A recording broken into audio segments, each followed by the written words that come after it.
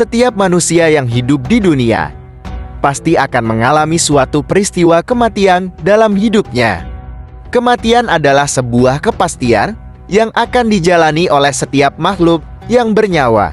Setelah ajal menjemput, manusia akan menjalani kehidupan di alam barzah hingga hari kiamat nanti. Menurut Al-Quran dan Al-Hadis, di dalam kubur mayat akan ditanya oleh dua malaikat Allah Subhanahu wa Ta'ala, yakni malaikat Munkar dan malaikat Nakir. Berdasarkan hadis riwayat Bukhari dan Muslim, pertanyaan yang diajukan adalah, siapa Tuhanmu? Apa agamamu?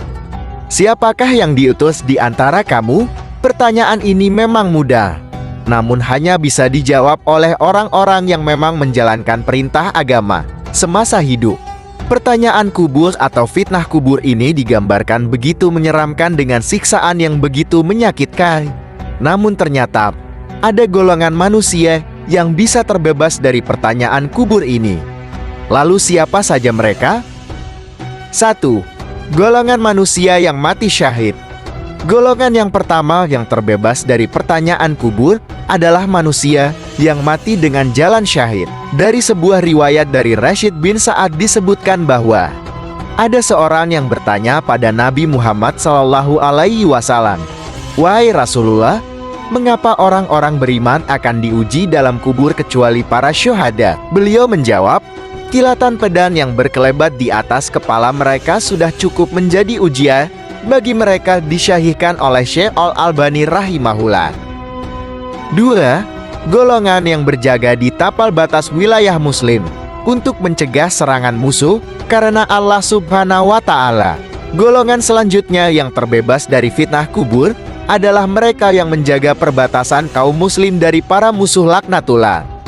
Mereka yang bekerja lalu kemudian meninggal ini akan terbebas dari pertanyaan malaikat Munkar dan Nakir. 3. Orang yang meninggal karena sakit perut. Abu Daud mengeluarkan hadis secara marfu, siapa mati karena penyakit dalam perutnya, tidaklah dia disiksa dalam kuburnya. 4. Orang yang sering membaca surat Al-Mulk. Rasulullah bersabda, yang artinya dialah surah pencegahan yang mencegah pembacanya dari siksa kubur. Riwayat An-Nasai. 5. Meninggal pada hari Jumat. Rasulullah Shallallahu Alaihi Wasallam bersabda, tidak ada seorang muslim yang meninggal pada hari Jumat atau malam Jumat kecuali Allah pasti akan menjaganya dari fitnah kubur. Dalam hadis Abdullah ibnu Amru, Nabi Muhammad Shallallahu Alaihi Wasallam bersabda, setiap muslim yang meninggal pada hari Jumat akan dijaga oleh Allah Subhanahu wa Ta'ala dari fitnah kubur. H.R. Ahmad dan Tirmidzi.